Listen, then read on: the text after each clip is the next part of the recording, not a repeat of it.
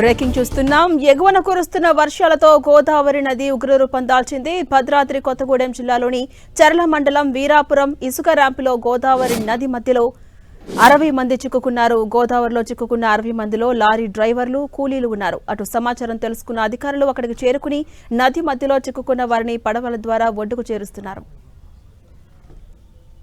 ఇక అప్డేట్స్ మా ప్రతినిధి సైదులు అందిస్తారు. సైదులు, మనం చూస్తున్నాం గోదావరి నది మధ్యలో మొత్తం 60 మంది కూలీలు ఇరుక్కున్నట్టుగా తెలుస్తోంది. వారిని రక్షించే ప్రయత్నం కూడా చేస్తున్నారు. అప్డేట్స్ ఏంటి?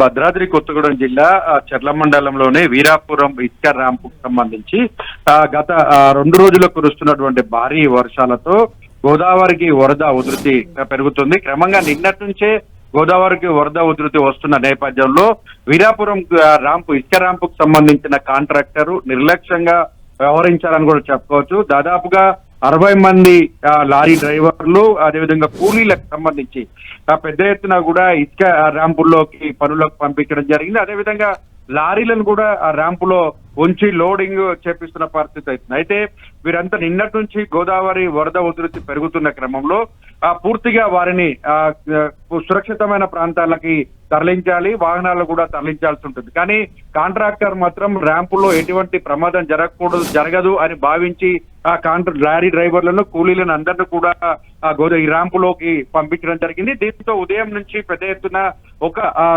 అంటే నిన్నటి నుంచి ఇప్పటి వరకు చూసుకుంటే దాదాపు 12-13 అడుగులు గోదావరి వరద ఉధృతి పెరిగింది. మొదటి ప్రమాద హెచ్చరికను కూడా జారీ చేసిన పరిస్థితి కనిపిస్తుంది. సాయంత్రంలో కూడా 2వ ప్రమాద హెచ్చరికను జారీ చేసే అవకాశాలు కనిపిస్తున్నాయి. అయితే పెద్ద ఎత్తున అటు మేడిగడ్డ నుంచి, లక్ష్మీ బ్యారేజ్ నుంచి కావచ్చు, ఇటు సమ్మక్క బ్యారేజ్ నుంచి కూడా వరద ఉధృతి వస్తున్న నేపథ్యంలో కాంట్రాక్టర్లు అలర్ట్ గా ఉండి ఆ ర్యాంపులోకి ఎవరిని కూడా లోపలికి అనుమతించకుండా జాగ్రత్తలు తీసుకోవాల్సి ఉంటుంది. కానీ ఇసుక అంటే డబ్బే ప్రథమ ధ్యేయంగా భావించినటువంటి కాంట్రాక్టర్ మాత్రం నేరుగా వారందరినీ కూడా ఇసుక ర్యాంపుల్లోకి పంపించడం జరిగింది. దీంతో ఆ ర్యాంపు చుట్టూ ఉన్న గోదావరి వరద మొత్తం కూడా చేరిపోవడంతో మధ్యలో చిక్కుకున్న పరిస్థితి ఉంది. విషయం తెలుసుకున్న రెవెన్యూ సిబ్బంది, అదేవిధంగా పోలీసులు, డిఆర్జీ సిబ్బందిని, రెస్క్యూ టీంను కూడా తీసుకొని వచ్చి నాటు పొడవల ద్వారా వారందరినీ కూడా లైఫ్ జాకెట్లు వేసి కూలీలను, అంటే డ్రైవర్లందరూ కూడా ఒడ్డుకు చేరుస్తున్న పరిస్థితి ఉంది. ఇప్పటి వరకు అందరిని కూడా క్షేమంగా బయటికి తరలిస్తున్న పరిస్థితి కనిపిస్తుంది.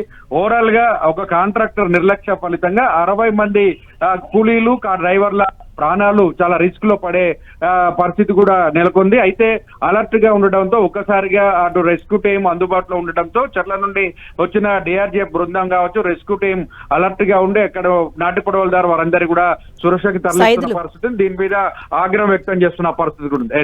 అంటే సైదులు, అటు గోదావరి క్రమక్రమంగా పెరుగుతూ ఉంది. అటు మీరు చెప్పినట్టు 2వ హెచ్చరిక కూడా జారీ చేసే అవకాశం ఉన్న నేపథ్యంలో, అటు ఈ నేపథ్యంలో ఇలాంటివి పునరావృతం కాకుండా సంబంధించిన అధికారులు జాగ్రత్తగా తీసుకునే అవకాశం ఏమైనా ఉందా? ఇప్పటి వరకు ఏమైనా అటు పోలీసులను అక్కడ పెట్టడం కానీ, వార్నింగ్ బోర్డ్స్ పెట్టడం కానీ చేశారా? కాంట్రాక్టర్లకు ఏమైనా సూచనలు ఏమైనా చేసే అవకాశం ఉందా?